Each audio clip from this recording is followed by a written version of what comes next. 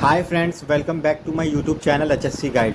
आज एक बहुत इंपॉर्टेंट टॉपिक है हेल्थ एंड सेफ्टी इंडक्शन। जानते सभी हैं, बट कैसे करना है, क्या क्या कंप्लीट इंडक्शन क्या होता है, क्या कंटेंट्स हैं, किसे करना चाहिए, क्या लीगल रिस्पॉन्सिबिलिटी है कि नहीं है, जान और परखने के तरीके की वाकई में इंडक्शन ट्रेनिंग लोगों को, वर्कर्स को, एम्प्लॉयज़ को समझ आई भी है कि नहीं आई है। ये तमाम पॉइंट्स मैं कवर करूँगा इंशाल्लाह। बिना स्किप किए देखेंगे तो आप बहुत कुछ सीखेंगे आज इस वीडियो से, ठीक है।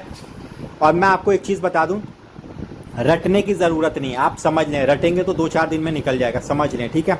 आपसे किसी ने पूछा what is health and safety induction, तो आप उसे क्लियर जवाब दें। हेल्थ एंड सेफ्टी एक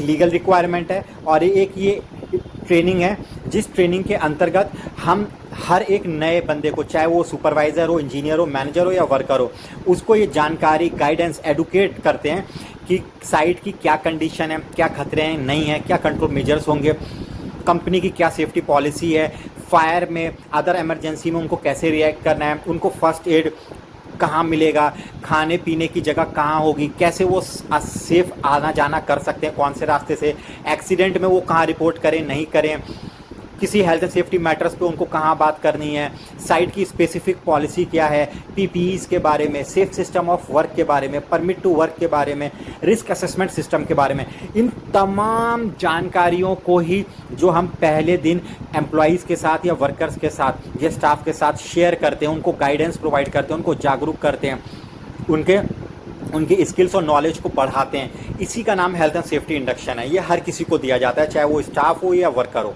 और ये जॉब के शुरू होने से पहले देना है, फर्स्ट है, ठीक है। और साथ ही ये लीगल रिक्वायरमेंट है। क्लियर हो गया? यही हेल्थ एंड सेफ्टी इंडक्शन है। अदरवाइज मुझे आपने हेल्थ एंड सेफ्टी इंडक्शन दिया नहीं, मैं आपकी साइट पर आया, अब मैं ढूंढता फिरूँ फर्स्ट एड कहाँ है, अब मैं ढूंढता फिरूँ बाथरूम कहाँ है, अब मैं ढूंढता फिरूँ कौन से मसले पे कहाँ बात करनी है, तो ये गलत है। आपको देंगे तभी तो अगले को पता चलेगा वो कौन से मुसीबत में या कौन से कंडीशन में उसे क्या करना है। और दूसरा, आप health and safety induction training जब भी देंगे तो आप, अभी मैं एक एक करके आपको बता दूंगा क्या क्या कंटेंट्स, टॉपिक आपको देने हैं ताकि आपका इंडक्शन कंप्लीट हो, अदरवाइज़ वो इनकम्प्लीट रहेगा, ठीक है। दूसरा, आपको ध्यान रखना है कि जब भी इंडक्शन हो तो ऐसी जगह पे ना हो जहाँ बहुत ज़्यादा शोर हो या अंधेरा ना हो, भीड़ भाड़ ना हो, है ना। इस चीज़ को एंश्योर करें कि एक अच्छी जगह जहाँ पे आवाज़ ना हो, ज़्यादा चिल्लम चिल्ला, शोर शराबा ना हो, बंदे बात को समझ सकें, बैठने की जगह हो तो और अच्छी बात है। इन चीज़ों का आप ख्याल रखें। तीसरा, हेल्थ एंड सेफ्टी ऑफिसर या सुपरवाइज़र जो नॉलेजेबल हो, एक्सपर्ट हो, ट्रेंड हो, है ना, वो इंडक्शन दे। क्योंकि इंडक्शन एक ऐसी चीज़ है जो पहले दिन आपकी कंपनी के स्टैंडर्ड का, आपकी कंपनी के वैल्यू का, आपकी कंपनी हेल्थ एंड सेफ्टी को लेके कितनी सीरियस है, नहीं है, बंदे को पता दे देती है। चाहे वो बंदा वर्कर हो या वो बंदा स्टाफ का कोई भी एम्प्लॉय हो, XYZ, इंजीनियर, सुपरवाइज़र, मैनेजर, कोई भी हो, पहले दिन ही उसको ये मैसेज चला जाएगा। आपकी कंपनी के स्टैंडर्ड्स देख के, साइट का, कंपनी का कल्चर देख के, लोगों का बिहेवियर देख के वो समझ जाएगा कि आपकी कंपनी कितना सीरियस है सेफ्टी को लेके और कितना सीरियस नहीं है। तो इसीलिए ये बहुत ही बेसिक और बहुत ही फंडामेंटल चीज़ है, बहुत बुनियादी चीज़ है। आप इंडक्शन अच्छे से दें, और ना सिर्फ इंडक्शन खाली दे दें बल्कि रिकॉर्ड ज़रूर मेंटेन रखें, सारे वर्कर्स, एम्प्लॉयज़ के science and everything like that, हर एक चीज़ को ज़रूर मेंटेन करें, ओके। तो आप इंडक्शन जब देंगे तो आपको ट्रेनिंग में कौन कौन से कंटेंट्स का ध्यान रखना है, देखें। हेल्थ एंड सेफ्टी ऑफिसर या हेल्थ एंड सेफ्टी सुपरवाइज़र, यही लोग इंडक्शन की ट्रेनिंग देंगे, ठीक है, क्योंकि ये लोग फील्ड के एक्सपर्ट हैं और ये खुद ट्रेंड होने चाहिए, इनके पास अच्छी नॉलेज, एक्सपीरियंस हो तो ये ट्रेनिंग दें, ठीक है। और जो लोग फ्रेशर हैं, जो लोग नए हैं, नहीं दे सकते, तो वो अपने सीनियर से, जो उनके सीनियर्स अच्छे हैं, उनसे सीरियस रहते हैं चीज़ों को लेकर, उनसे सीखें ताकि वो भी जान सकें, पढ़ाई भी करें, नॉलेज भी लें। और ये वीडियोस होती भी मेरी इसीलिए इतनी डिटेल में कि आपको इससे भी सीखने को मिले, ठीक है। तो फ्रेशर्स सीखें और हेल्थ सेफ्टी ऑफिसर्स और सुपरवाइज़र ट्रेनिंग प्रोवाइड करेंगे, इवन कहीं कहीं मैनेजर्स भी करते हैं हेल्थ एंड सेफ्टी, ठीक है। स्टार्ट करते हैं। सबसे पहले आप इंडक्शन देते टाइम ग्रीट करें, हाय, हेलो, वेलकम, कंपनी का नाम, अपना नाम। उसके बाद आप स्टार्ट करेंगे। सबसे पहले आप बताएंगे कंपनी की organisation health and safety policy. Policy means company की ऑब्जेक्टिव, कमिटमेंट बताएं कि हमारी कंपनी सेफ्टी को लेकर इतनी सीरियस है, या हमारा टारगेट है कि हम एक्सीडेंट को रोकथाम करने के लिए 0 एक्सीडेंट टारगेट है, XYZ। इस तरीके की ऑब्जेक्टिव्स और उनको कमिटमेंट अपनी बताएं, क्या कदम है ना, आप बताएं। फिर दूसरा, fire and other emergency procedures, आग लगने पे क्या करना है, अदर इमरजेंसी अगर आ जाती है, ऊपर वाला ना करे, कोई बिल्डिंग कोलैप्स हो गई, स्ट्रक्चर कोलैप्स हो गया, कोई केमिकल रिलीज हो, खतरनाक गैस रिलीज हो गई, इस तरीके की सिचुएशंस में उनको क्या से डील करना है, कौन से रास्तों से होते हुए बाहर सुरक्षित आना है, कौन से पॉइंट पर आना है, असेंबली पॉइंट है, किस तरीके से हेड काउंट होगा, क्या उनकी जिम्मेदारी है, किस तरीके से वो रिएक्ट करेंगे, किस तरीके से वो रिपोर्ट किसको करेंगे। तो ये तमाम चीज़ें आपको बतानी है इमरजेंसी से रिलेटेड, ठीक। फिर नेक्स्ट है आपका first aid facilities. First aid के क्या इंतज़ाम है, कहाँ मिलेगा, कौन फर्स्ट एड प्रोवाइड करेगा, मेडिकल फैसिलिटीज़ क्या हैं, उसके बारे में भी आपको बताना पड़ेगा, ठीक है। वेलफेयर के बारे में बताएं, खाना पीना, बाथरूम, रेस्ट रूम, कहाँ बैठ के खाना है, लेडीज़ के लिए क्या इंतज़ाम है, सेपरेट है, ये तमाम जानकारियाँ दें, ठीक। Safe movement around the work place, safe movement बताएं कि साइड पे आप गाड़ी जिस रास्ते पे चल रही है, क्रेन जिस पे चल रही है, डंपर जिस पे चल रही है, वो रास्ता इस्तेमाल ना करें, बल्कि पेडेस्ट्रियन रास्ता हमने पैदल चलने के लिए एक रास्ता अलग बैरिगेटेड वाला बना रखा है, वो रास्ता इस्तेमाल करना है, ठीक है।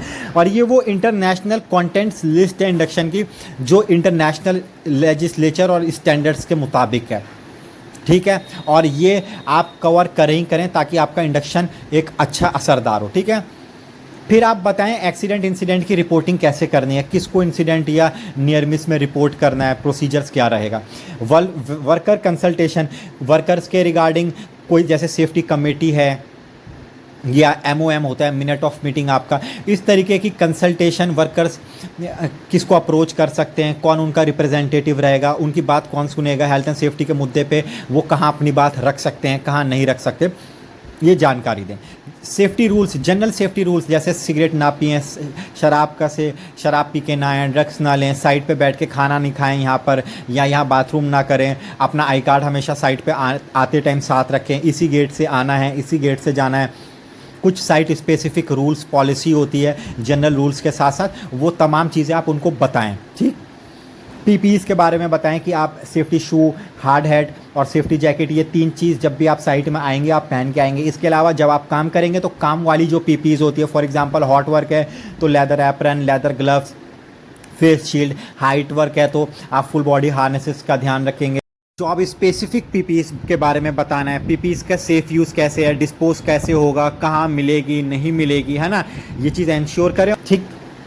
इसी तरीके से फिर आप देखेंगे introduction to the safe system work और परमिट सिस्टम। सेफ सिस्टम कहते हैं कोई भी काम हो, चाहे वो हाइट का हो, हॉट वर्क हो, इलेक्ट्रिकल हो, कोई भी XYZ काम हो, उस काम करने के पहले स्टेप से लेके आखिरी स्टेप तक, मतलब शुरुआत से लेके अंजाम तक, जो पूरा एक हम सिस्टम डिज़ाइन करते हैं, एक तरीका बनाते हैं कि इसी तरीके पे चल के ही इस काम को सुरक्षित ढंग से किया जा सकता है, उसी को सेफ सिस्टम ऑफ वर्क कहते हैं। For example risk assessment, JSA, SOP, ये तमाम सेफ सिस्टम प्रोसीजर्स हैं, ठीक। परमिट सिस्टम के बारे में उनको बताएं कि परमिट में आपकी क्या भूमिका है, बिना परमिट के आपको काम नहीं करना, परमिट एक लीगल रेस्पॉन्सिबिलिटी है, तो ख्याल रखें आपके पास जब तक परमिट ना हो आप काम ना करें, ठीक है। और ये जिम्मेदारी आपकी भी है कि आप इसको मतलब वर्कर की भी जिम्मेदारी है कि वर्कर बिना परमिट के ना जाए, ये उसकी रेस्पॉन्सिबिलिटी है कानूनन, अन्यथा उस पर कार्रवाई हो सकती है। तो आप इस तरीके से उनको जागरूक करें, उनको गाइडेंस प्रोवाइड करें, ठीक।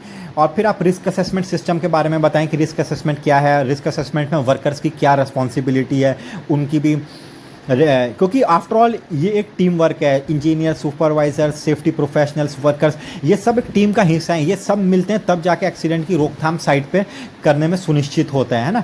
एक बंदा सोचे कि एक अकेले करेगा तो it is not practically possible, सबका टीम वर्क है, सबको मिल के कदम उठाने हैं, ठीक। तो आप वर्कर्स को भी बताएं कि उसकी क्या लीगल रेस्पॉन्सिबिलिटी है सेफ्टी के बारे में। ऐसा नहीं है कि सेफ्टी वाला ही या इंजीनियर या सुपरवाइज़र ही उसे बचाएगा, बल्कि उसकी भी खुद रेस्पॉन्सिबिलिटी बनती है कि कोई काम में खतरा है तो वो हाथ उठा ले, मना कर दे। परमिट, उसे पता है कि परमिट नहीं है तो वो मना कर दे, सर परमिट नहीं है, आप प्लीज़ परमिट लेकर आएँ तब काम होगा, ये उसकी जिम्मेदारी है। अब उसे पता है बट वो काम कर रहा है और उसके बाद ऊपर वाला ना करे, कोई हादसा हो जाए तो वो पूरा जिम्मेदार है, क्योंकि जब इन्वेस्टिगेशन होगी तो पाया जाएगा कि वो जागरूकता, इंडक्शन ट्रेनिंग थी, सब कुछ उसे मालूम था, फिर भी उसने उस काम को करने की गलती करी और फिर भी उसने हामी भरी है काम करने की, तो वो उसे भी पकड़ा जाएगा। तो आप इस तरीके से लड़ाई झगड़ा नहीं, एक प्यार वाला तरीका, बीच वाला रास्ता इख्तियार करके अच्छे से अपनी तमाम ये ट्रेनिंग्स के टॉपिक्स डिलीवर करें, समझ गए। तो ये तमाम इंडक्शन ट्रेनिंग के टॉपिक्स हैं जो आपको कवर करने ही करने हैं। फिर साइट स्पेसिफिक जो बंदे वर्क एट हाइट करने आए हैं इलेक्ट्रिकल का काम, उनको उनके स्पेसिफिक काम के खतरे बताएं और उनको बताएं कि आपके काम के रिलेटेड हम खतरे भी बता रहे हैं, कंट्रोल मेजर सुरक्षा कदम भी बता रहे हैं, और इसके अलावा आपके लिए स्पेसिफिक ट्रेनिंग्स भी हम ऑर्गेनाइज करते हैं साइट पे। आपके रिलेटेड हम ट्रेनिंग भी करेंगे, वर्क एट हाइट क्या है, इलेक्ट्रिकल क्या है, हॉट वर्क क्या है, लिफ्टिंग क्या है ना, सब पर safe operating tools, power tools क्या है, सेफ ऑपरेटिंग मशीनरी क्या है, हर चीज़ के लिए हमारे पास ट्रेनिंग भी है साइट पे। आज हम आपको इंडक्शन भी दे रहे हैं, बता भी रहे हैं, इसके अलावा हम आपको ट्रेनिंग भी देंगे इंशाल्लाह। आपके लिए सारे इंतजाम है साइट पे, जिससे उनको मोटिवेशन मिले, उन्हें समझ में आए कि हाँ यार कंपनी वाकई में हेल्थ एंड सेफ्टी को लेकर बहुत टाइट है, स्टैंडर्ड इसका, समझ रहे हैं। तो इस तरीके से आप उनको दें और फिर ये भी बताएं कि अगर वो कोई उल्लंघन करते हैं तो उनके ऊपर क्या कार्रवाई की जाएगी कंपनी द्वारा। 1 वार्निंग दी जाएगी, 2 वार्निंग दी जाएगी, आई कार्ड उनका पंच किया जाएगा, या 3 वार्निंग होगी, या चौथी बार उनको साइट से बाहर कर दिया जाएगा, उनको बताया जाए। ठीक, तो ये तमाम तरीके हैं, समझ गए। उम्मीद करता हूँ आप लोगों को बहुत अच्छे से समझ में आ गया हेल्थ एंड सेफ्टी इंडक्शन एक अच्छा किस तरीके से आपको देना है। तो ये तमाम टॉपिक्स हैं जो आपको कवर करने ही करने हैं, है ना।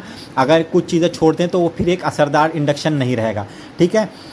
और इसी तरीके से क्या रास्ते हैं जिस रास्ते से आप जांचें कि बंदों ने आपकी बात समझी कि नहीं समझी। तो देखें, बहुत बड़ी बड़ी कंपनीज ऑर्गेनाइजेशन जो होती है उनके अपने एक तरीके होते हैं, प्रोसीजर होता है हर चीज़ को डील करने का, कि किसी ने उल्लंघन किया तो कैसे इसे डील करेंगे, कब इसे साइट से बाहर निकालेंगे। ये कंपनी के, हर एक अच्छी कंपनी के अपने प्रोसीजर होती हैं, पॉलिसीज़ होती हैं ना।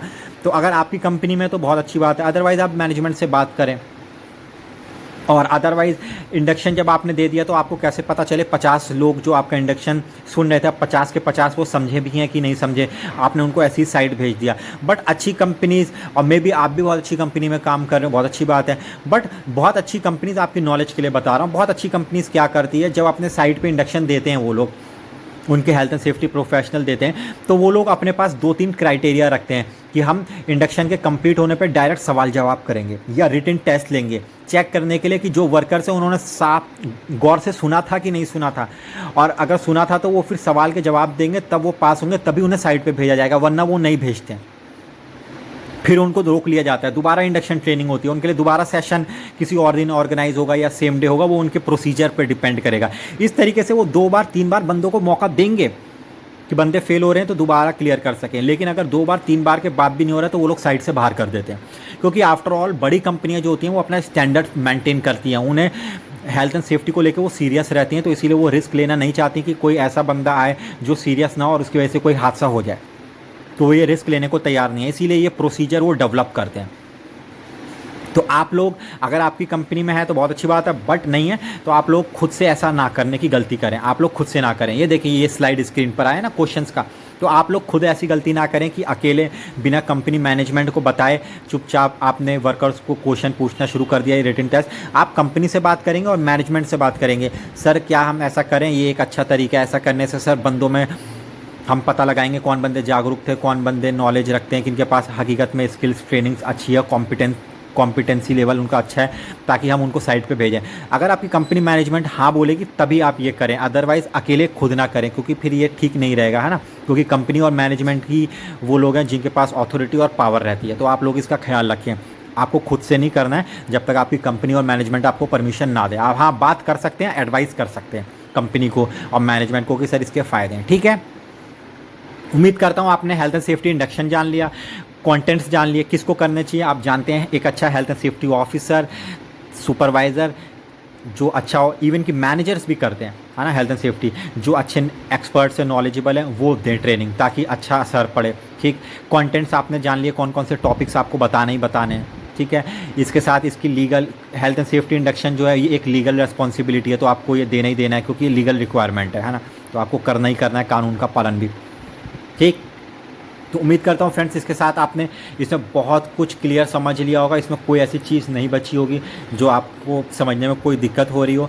तो फ्रेंड्स चलिए मिलते हैं नेक्स्ट वीडियो में, और उम्मीद करता हूँ कि आपको इससे बहुत हेल्प होगी, और बहुत जल्दी मैं आपके लिए रिस्क असेसमेंट हीरा भी दे दूँगा, ताकि आपको अच्छी एक डिटेल नॉलेज, अंडरस्टैंडिंग, जो लोग नहीं अभी बेचारे कर पा रहे रिस्क असेसमेंट ठीक से, तो उन लोगों के लिए हेल्प हो, तो मैं आपको बहुत डिटेल्ड दूंगा ताकि आपको बहुत अच्छे से एकदम अंडरस्टैंडिंग क्लियर हो, ठीक है।